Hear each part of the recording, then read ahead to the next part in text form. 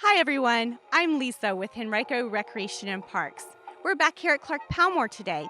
Now, if you didn't catch our previous tours of the grounds and the inside of the house, please check out the links below in the description and you can watch those videos as well. But today, we're here to talk about one of my favorite holidays, Christmas. Today, we're going to go inside and explore Christmas during the Great Depression era. Not everything was gloomy during the Great Depression years of the 1930s. In fact, there were some wonderful Christmas traditions that debuted during this time that we still can connect with and celebrate today, in fact.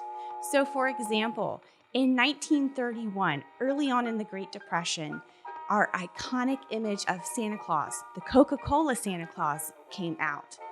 And so that first appeared in the Saturday Evening Post, and it really sparked a great generation of interest in Santa Claus, even to the point of a professional school for Santa Claus forming later on in the decade. Also coming out during the Great Depression, we have the Christmas Sears Wish Book. I'm sure many of you remembered those. And the Radio City Rockettes had their first Christmas spectacular during this time period. Now, you might be wondering what popular Christmas presents you might find under the tree. Well, one of the first biggest ones to hit was Monopoly. That debuted in 1935, in fact. Households during the Great Depression era not always had access to a live or artificial Christmas tree. So how would they decorate a tree if they had access to one and could put one up? Well, a popular ornament at the time, at the end of the Great Depression, was something called Shiny Bright. Now, glass ornaments during this time period were popular, but they were coming mostly from Germany, and towards the approach of World War II, not everyone thought that there would be a chance to have these continue.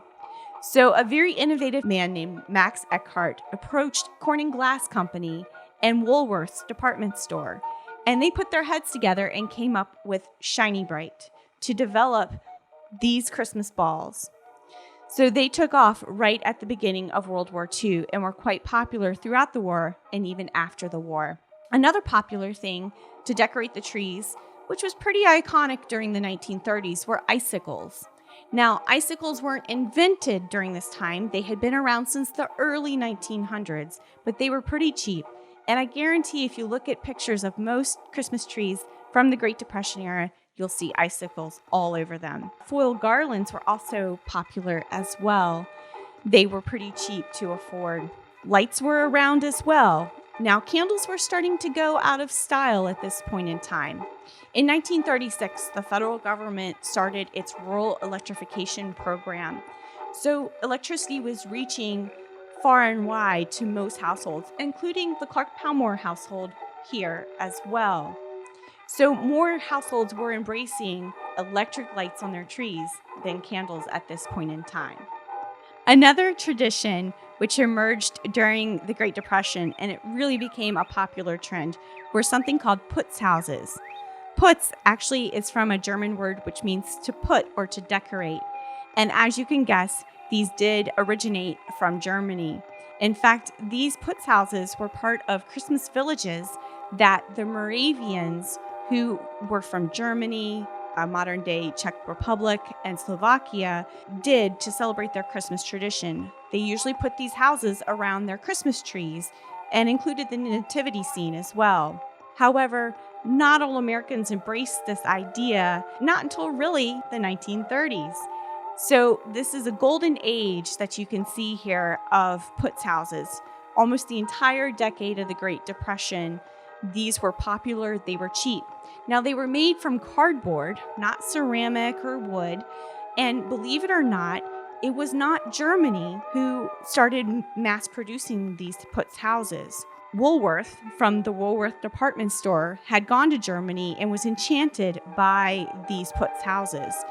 He thought he could find a place that could manufacture them in mass scale, not in Germany. And believe it or not, the country that stepped up to make these in mass quantities was actually Japan. That became a problem, though, with the approach of World War II. So our production was cut off at that point in time. Now, you would see a resurgence of these houses, and they changed over time. And in fact, most people's homes today during Christmas, you will still see the Christmas villages. We usually put them up on shelves, but during the 1930s, it was quite popular to find these underneath the Christmas tree.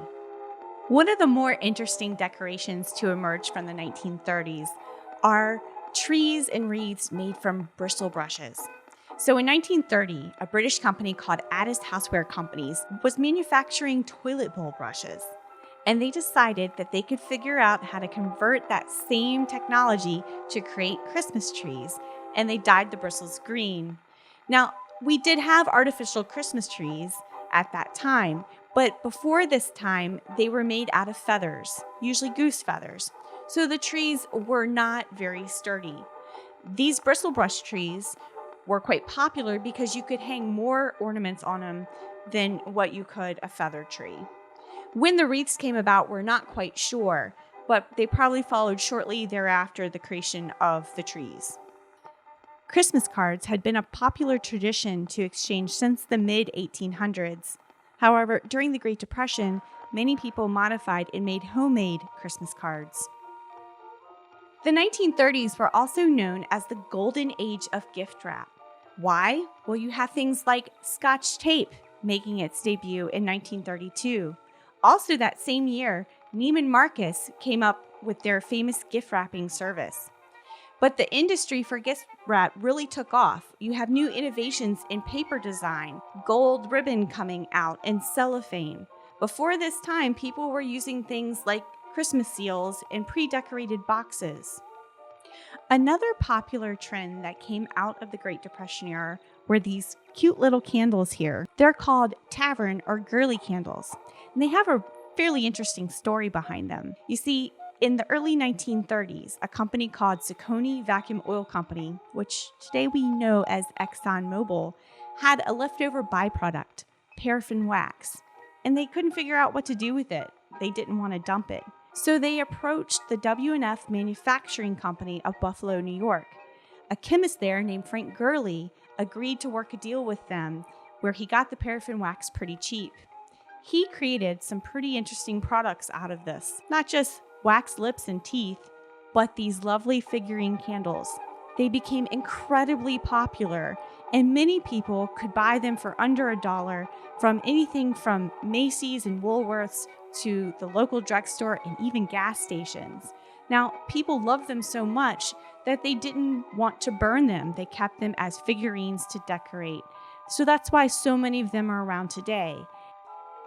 Even if most families could not afford other decorations, these red tissue paper honeycomb bells were one of the most popular decorations during the Great Depression era. They were very inexpensive, and over time, Sears and other companies could offer them in a variety of colors from red and green and white in a variety of styles during this time period. Thank you for joining us today on our holiday tour of Clark Palmore.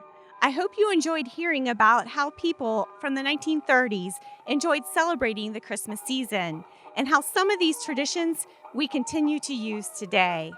On behalf of Henrico Recreation and Parks, we wish you a very happy and safe holiday season. Join us next time.